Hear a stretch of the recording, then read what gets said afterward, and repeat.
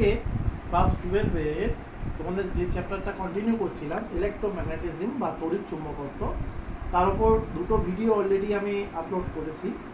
তো প্রথমটাতে বায়োসাভার্ট ল এবং তার অ্যাপ্লিকেশন আছে, আর দ্বিতীয়টাতে অ্যাম্পিয়ার সার্কিটার ল এবং তার অ্যাপ্লিকেশন আছে।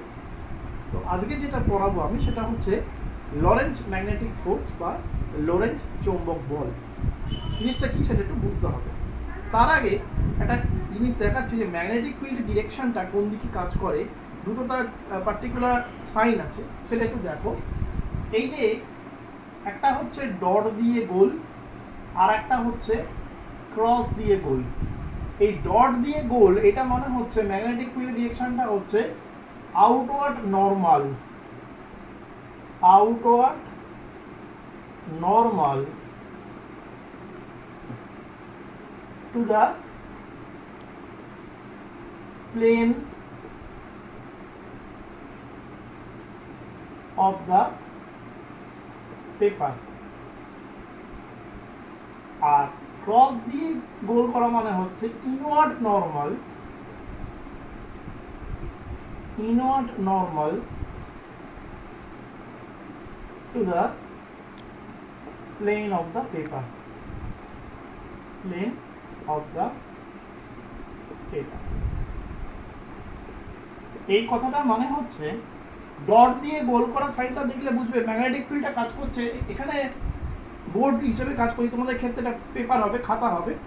বোর্ডের সাথে পারপেন্ডিকুলারলি বার দিয়ে কাজ করছে, এই যে outward normal to the plane of the board এখানে, আর তোমাদের ক্ষেত্রে outward normal to the plane of the paper. Dot দিয়ে গোল করা মানে, আর ক্রস দিয়ে গোল করা মানে যদি উল্টোটা, ওটাও নর্মাল কিন্তু ইনওয়ার্ড নর্মাল, অর্থাৎ ভিতরের দিকে লম্বাভাবে ওটা কাজ করছে। এটা হচ্ছে জিনিসটা জেনে রাখবে। তো এবার যেটা আমি বলছি সেটা হচ্ছে এই লোরেন্জ ম্যাগনেটিক ফোর্স বিষয়টা কি সেটা একটু বলি। একটা ইউনিফর্ম ম্যাগনেটিক ফিল্ড ধরো কল্পনা করা হলো, তো সেই ইউনিফর্ম ম্যাগনেটিক ফিল্ডে একটা চার্জ পার্টিকেলকে একটা সার্টেন ভেলোসিটিতে যদি আমি প্রজেক্ট করে দিই বা ছুড়ে দিই, তাহলে কি হবে দেখা যাচ্ছে সেটা ওর ম্যাগনেটিক ফিল্ডে যখনই প্রবেশ করলো ওর যে গতিপথ বা ট্র্যাজেক্টরি সেটা চেঞ্জ করলো, সেখান থেকে ও ডেভিয়েট করে গেল। মানে ধরো ওকে ছোড়া হয়েছে এইভাবে, এইরকম একটা সার্টেন ফোর্স দিয়ে, সার্টেন ভেলোসিটি দিয়ে, ফোর্স না সার্টেন ভেলোসিটি দিয়ে ওকে ছোড়া হয়েছে সোজা এইভাবে, কিন্তু দেখা গেলো এইভাবে না গিয়ে এইরকম করে বেঁকে গেল। ওর যাওয়া করা ছিল এই দিকে, কিন্তু দেখা গেলো এইভাবে বেঁকে গেল চার্জ পার্টিকেলটা। তাহলে প্রশ্ন হচ্ছে বেঁকে গেল কেন? তার মানে বেঁকে গেল মানে নিশ্চয়ই এই চার্জ পার্টিকেলটার উপরে একটা ফোর্স কাজ করেছে, সেই জন্য এই ফোর্সের প্রভাবেই কিন্তু ও বেঁকে গেছে। মনে রাখবে কোনো একটা চার্জ পার্টিকেলকে একটা সার্টেন ভেলোসিটি দিয়ে একটা ইউনিফর্ম ম্যাগনেটিক ফিল্ডের মধ্যে যদি ছেড়ে দেওয়া হয় বা ছুড়ে দেওয়া হয়, তাহলে ওই চার্জ পার্টিকেলটা ম্যাগনেটিক ফিল্ড দ্বারা একটা ফোর্স এক্সপিরিয়েন্স করে, এবং এই ফোর্স এক্সপিরিয়েন্স করার জন্য ওর যে ট্র্যাজেক্টরিটা গতিপথ সেটা চেঞ্জ হয়ে যায়, ডেভিয়েট করে যায়।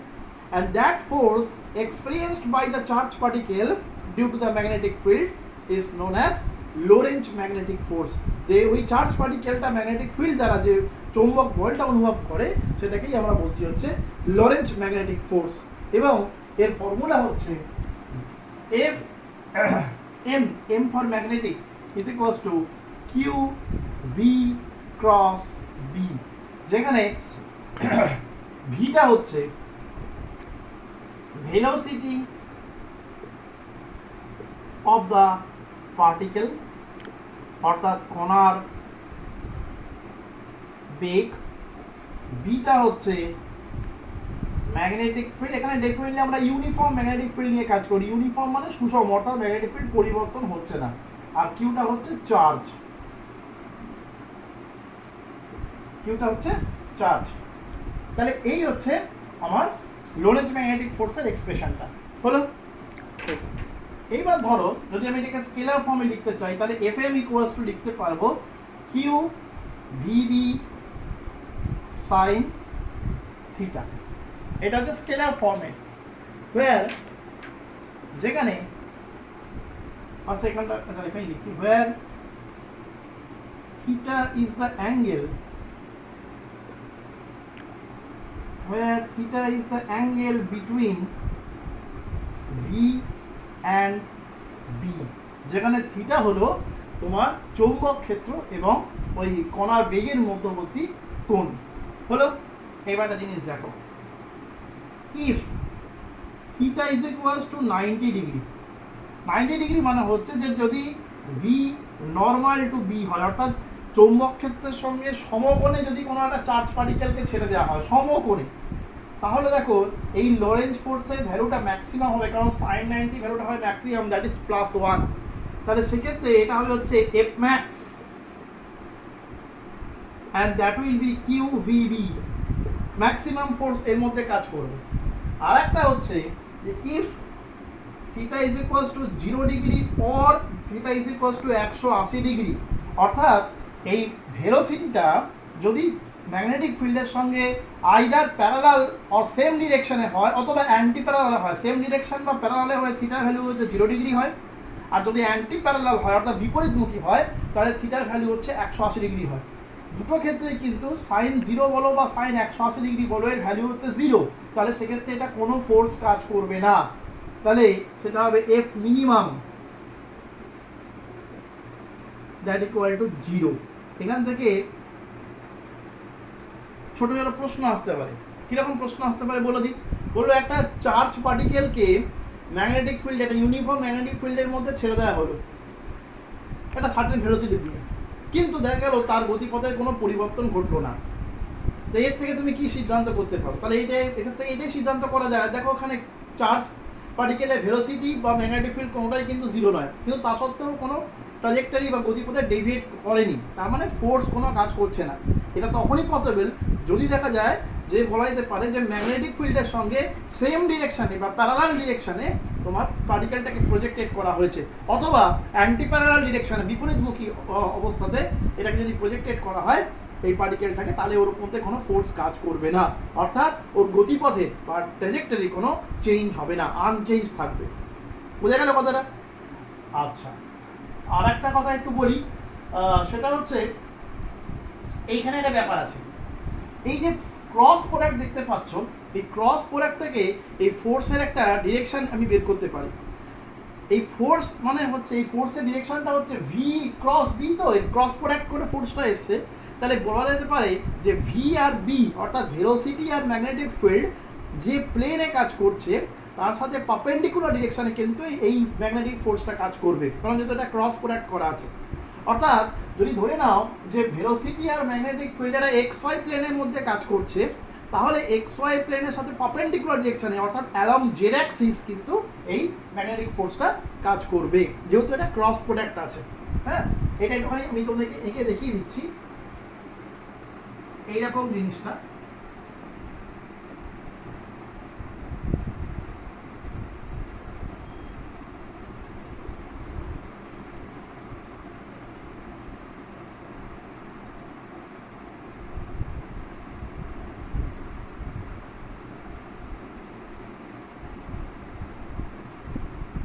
এরকম জিনিসটা ধরো এই যে এক্স আর ওয়াই, সরি এক্স আর বলছি ভি আর বি, এইটা মনে করো থিটা, ভি আর বি মনে করো যদি এই প্লেনটা কাজ করে, প্লেনটার নাম বলা হচ্ছে পিকিউআরএস, এই যে প্লেনটার নাম মনে করো পিকিউআরএস, তাহলে এই পিকিউআরএস প্লেনে যদি ভি আর বি কাজ করে তাহলে পিকিউআরএস সাথে পারপেন্ডিকুলার ডিরেকশনে কিন্তু এই ম্যাগনেটিক ফোর্সটা কাজ করবে, বিকজ যেহেতু এটা ক্রস প্রোডাক্ট আছে। ঠিক আছে, এই জিনিসটা একটু ভালো করে দেখে নাও, এটা কিন্তু খুব ইম্পর্টেন্ট জিনিস, একটু দেখে নাও। ওকে, দেখে নিয়েছো? নেক্সট যেটা আমি বলবো এখান থেকে ওই ছবিটা থেকে আমি বলছি সেটা হচ্ছে এই ছবি থেকে এটা পরিষ্কার যে এই যে ম্যাগনেটিক ফোর্সটা কাজ করছে, এই ম্যাগনেটিক ফোর্সটা কিন্তু ভি এর সাথেও perpendicular as well as B এর সাথেও পারপেন্ডিকুলার, অর্থাৎ ভেলোসিটি সাথেও লম্ব এবং ম্যাগনেটিক ফিল্ডের সাথেও লম্ব। ঠিক এই প্রপার্টির উপর ডিপেন্ড করে এখান থেকে একটা জিনিস প্রমাণ করা যায়, সেটা হচ্ছে যে এই লোরেন্জ ম্যাগনেটিক ফোর্স হচ্ছে একটা নো ওয়ার্ক ফোর্স মানে হচ্ছে কার্যহীন বল। তার আগে তোমাদের এখান থেকে একটা ম্যাগনেটিক ফিল্ডের ডেফিনেশন আমি দিয়ে দিচ্ছি, এটা ভালো করে দেখো। ঠিক এই জায়গা থেকে একটা ম্যাগনেটিক ফিল্ডের ডেফিনেশন আসবে, এই দিকে দেখো ভালো করে, এই জায়গাটা থেকে একটা ম্যাগনেটিক ফিল্ডের ডেফিনেশন আমি তোমাদের দিয়ে দিতে পারি, সেটা হচ্ছে বি মানে এফ বাই কিউ ভি হলো। এবার দেখো if Q equals to 1, V equals to 1, then we can write B equal to F. এটা লেখাই যেতে পারে। তাহলে এবার কি হচ্ছে, আমি যে এসআইতে একবারে ডাইরেক্ট যদি বলি, এসআইতেই বলবো যে একটা 1 কুলম চার্জকে, ভালো করে শুনবে, একটা 1 কুলম চার্জকে 1 মিটার পার সেকেন্ড ভেলোসিটি দিয়ে একটা ইউনিফর্ম ম্যাগনেটিক ফিল্ডের মধ্যে চালনা করে দিলে বা পাঠিয়ে দিলে, সেটা বা ওই চার্জটা যদি 1 নিউটন ফোর্স এক্সপিরিয়েন্স করে বা অনুভব করে, তাহলে সেই ম্যাগনেটিক ফিল্ডকে বলা হয় 1 টেসলা। 1 টেসলা, ঠিক আছে? এটা হচ্ছে টেসলার ডেফিনেশন। এটা মাথায় রাখতে হবে যে 1 কুলম কোন একটা চার্জকে 1 মিটার পার সেকেন্ড ভেলোসিটি দিয়ে একটা ইউনিফর্ম ম্যাগনেটিক ফিল্ডের মধ্যে ছেড়ে দিলে, যদি ওই চার্জটা ম্যাগনেটিক ফিল্ডের জন্য 1 নিউটন ফোর্স অনুভব করে বা এক্সপিরিয়েন্স করে, তাহলে সেই ম্যাগনেটিক ফিল্ডের মান হচ্ছে 1 টেসলা বা 1 ওয়েবার পার মিটার স্কোয়ার। ঠিক আছে? এটা এখান থেকে ডিফাইন করা যায়। ওকে, আমরা আবার ফিরে আসছি যে এখানে একটা প্রশ্ন দিতে বলে, এটা মুছে দিচ্ছি, যে দেখাও যে লরেঞ্জ ফোর্স একটা নো ওয়ার্ক ফোর্স, এটা কিন্তু প্রশ্ন করে। ওকে, দেখো তো আমরা কি দেখেছি, উই হ্যাভ, আমরা দেখেছি হচ্ছে F magnetic equals to Q V cross B, এটা আমরা দেখেছি। এফ ম্যাগনেটিক ইকুয়াল টু হচ্ছে কিউ ভি ক্রস বি। তাহলে এটাকে আমরা লিখতে পারি যে এফ ম্যাগনেটিক ইকুয়ালস টু হচ্ছে Q DL DT cross B, কারণ ভেলোসিটিকে লেখা যায় ডিএল ডিটি, সরণ বাই সমান। তাহলে এবার জিনিস ভালো করে দেখো যে যেহেতু ফোর্সটা ভেলোসিটির সাথে পারপেন্ডিকুলার, এবং এটা আমরা জানি যে ভেলোসিটি যেদিকে কাজ করে ডিসপ্লেসমেন্টটা বা সরণটাও সেদিকেই হয়, তাহলে আমরা বলতে পারি যে Fm is perpendicular to dl, কারণ টিটা একটা স্কেলার রাশি। তাহলে যেদিকে ভেলোসিটি কাজ করছে সেদিকেই ডিসপ্লেসমেন্ট কাজ করছে। যেহেতু এই ফোর্সটা ভেলোসিটির সাথে পারপেন্ডিকুলার, তাহলে আমি বলতে পারি যে এই ফোর্সটা ওই ডিসপ্লেসমেন্টের সাথেও পারপেন্ডিকুলার হলো। বেশ, নাও work done by Lorentz magnetic force,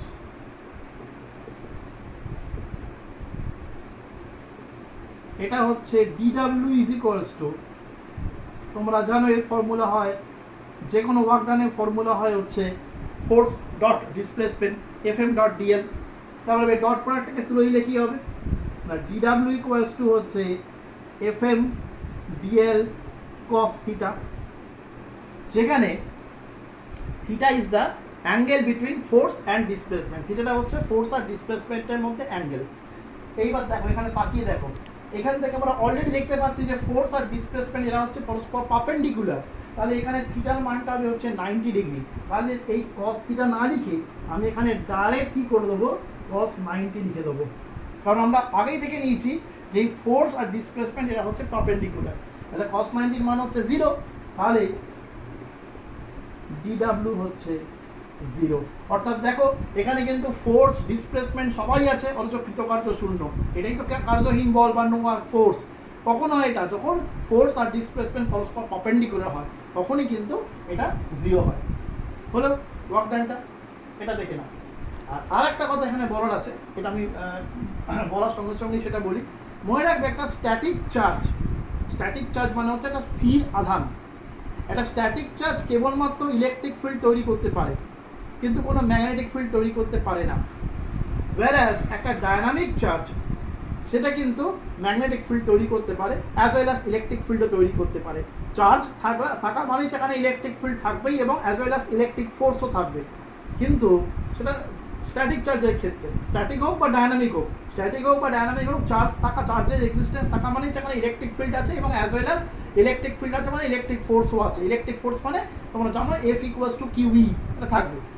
কিন্তু মনে রাখবে যে একটা স্ট্যাটিক চার্জ কেবলমাত্র একটা ইলেকট্রিক ফিল্ডই তৈরি করতে পারে, ম্যাগনেটিক ফিল্ড নয়। একটা ডায়নামিক চার্জ কিন্তু ম্যাগনেটিক ফিল্ড তৈরি করতে পারে। ডায়নামিক চার্জ মানে যেটা গতিশীল আধান, সেটাই কেবলমাত্র ম্যাগনেটিক ফিল্ড তৈরি করতে পারে। সেটা কিন্তু এটা কিন্তু মাথায় রাখতে হবে। ওকে, একবার দেখে নাও।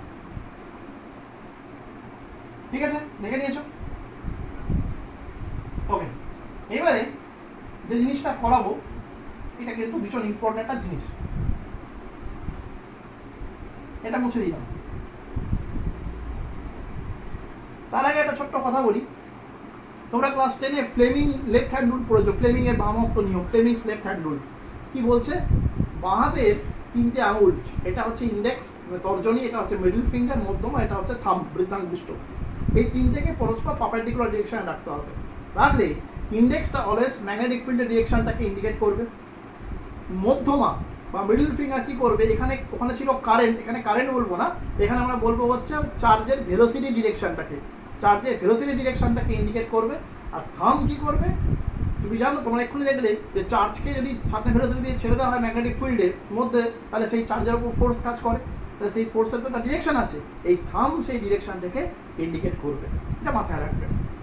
তো এবার কি করা হচ্ছে দেখো, একটা ইউনিফর্ম ম্যাগনেটিক ফিল্ডের মধ্যে একটা চার্জকে আমি কি করছি না, ম্যাগনেটিক ফিল্ডের সাথে রাইট অ্যাঙ্গেলে আমি ছেড়ে দিচ্ছি, প্রজেক্টেড করছি।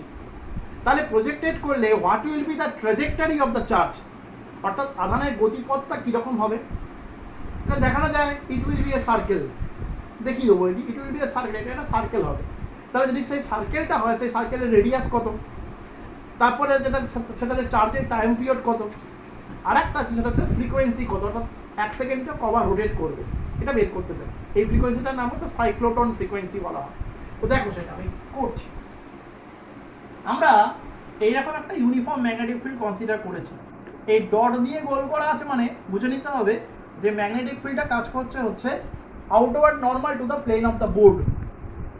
আমি তোমাদের আবারও বলছি যে এখানে ছাড়লে এটা একটা সার্কেল ডেসক্রাইব করবে, কীভাবে ডেসক্রাইব করবে সেটা তোমাদের আমি একটু দেখিয়ে দিচ্ছি। It will describe a circle.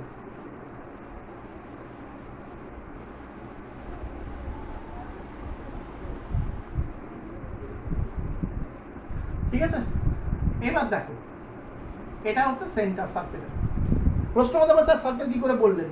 ঠিক আছে, তুমি সার্কেল এরকম একটা পয়েন্ট নাও, যে কোনো একটা পয়েন্ট, মনে করো এই পয়েন্টে ভেলোসিটি কোন দিকে কাজ করছে, এই দিকে কাজ করছে, হলো ম্যাগনেটিক ফিল্ড কাজ করছে ওপর দিকে, ভালো করে ছবিটা বোঝার চেষ্টা করো, ভেলোসিটি কাজ করছে এই দিকে, ম্যাগনেটিক ফিল্ড কাজ করছে এই দিকে, তাহলে আর একটা পারপেন্ডিকুলার কোন দিকে কাজ করবে, এই দিকে কাজ করবে, তাহলে এখানে একটা ফোর্স কাজ করবে এই দিকে, হলো। এবার তুমি বলতেই পারো যে একটা পয়েন্টের ভিত্তিতে কি করে আপনি বললেন সার্কেল তৈরি হয়েছে, আরো পয়েন্ট নাও, এইখানে একটা পয়েন্ট নাও, এদিকে কাজ করছে ভি, তাহলে এর সাথে পারপেন্ডিকুলার কোন দিকে হবে, এই দিকে হবে এফ, ম্যাগনেটিক ফিল্ড কাজ করছে এই দিকে। আরো একটা পয়েন্ট নিয়ে নেওয়া যাক, এটা হচ্ছে ভি, তাহলে এইদিকে কাজ করছে এফ, তাহলে এই সমস্ত পয়েন্টগুলো যদি জুড়ি তাহলে that will describe a circle, এটা একটা সার্কেল তৈরি হবে। তো আমাকে যেটা বের করতে হবে মোট কথা, এই যে ফোর্সটা এটা হচ্ছে লরেন্জ ম্যাগনেটিক ফোর্স। তো আমি একটা এখানে পার্টিকেল কনসিডার করলাম, চার্জ পার্টিকেল, সেটা হচ্ছে পয়েন্ট, সেটা হচ্ছে পি, তাহলে পি পয়েন্টে কিউ একটা চার্জ রাখা আছে। তাহলে দেখো ভালো করে দেখো, তাহলে লরেঞ্জ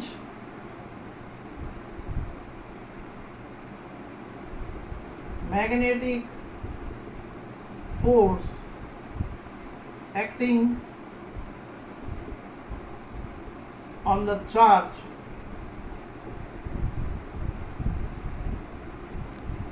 at point P.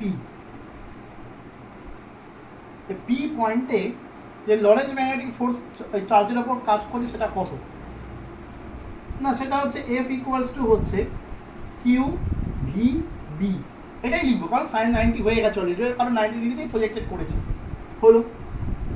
তাহলে প্রশ্ন হতেই পারে যদি চার্জের ওপর এদিকে ফোর্সটা কাজ করছে, চার্জটা সেন্টারে চলে আসার কথা, তো আসছে না, উল্টে সার্কুলার পথে ঘুরছে, তার মানে ডেফিনেটলি চার্জের উল্টো দিকে একটা কাজ করছে centrifugal force, that is F dash.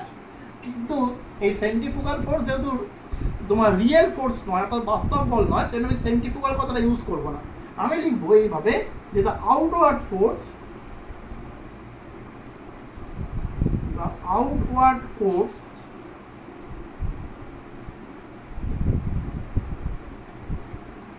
acting on the charge, acting on the charge, এর মানে হচ্ছে আধানের উপর ক্রিয়াশীল বহির্মুখী বল, বহির্মুখী বল। F dash is equals to তাহলে কত হবে mv square by r, this is equation 2 হলো। এবার বুঝতেই পারছো যে এই দুটো ফোর্স হচ্ছে ইকুয়াল এন্ড অপোজিট, তবেই না পরস্পরকে ব্যালেন্স করেছে। তাহলে therefore we can write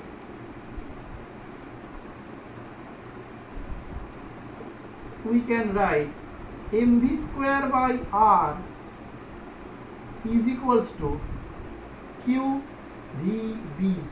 তাহলে r equals to এখান থেকে পাওয়া যায় mv by qb।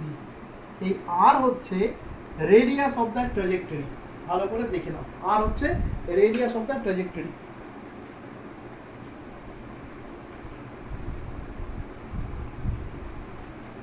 Radius of the trajectory মানে হচ্ছে ও যে পথে ঘুরছে। হলো। নেক্সট আমি বের করব হচ্ছে time period.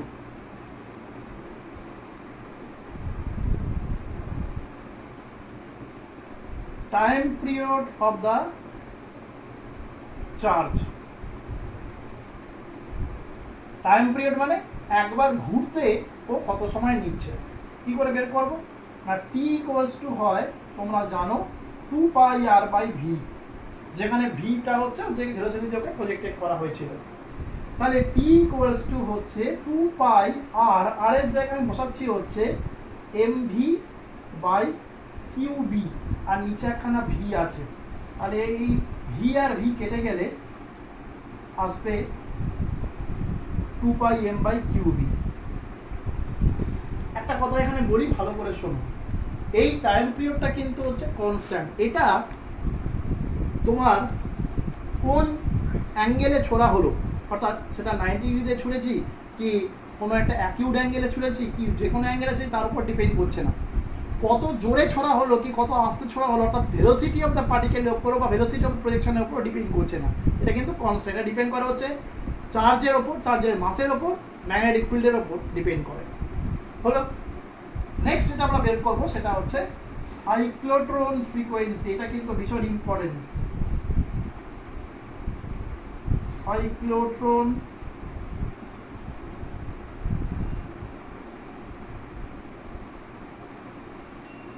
n equal to 1/t। Cyclotron frequency মানে হচ্ছে টাইম পিরিয়ড মানে ছিল একবার ঘুরতে কতটা সময় নেবে, আর সাইক্লোট্রন ফ্রিকোয়েন্সি মানে 1 সেকেন্ডে কবার ঘুরবে।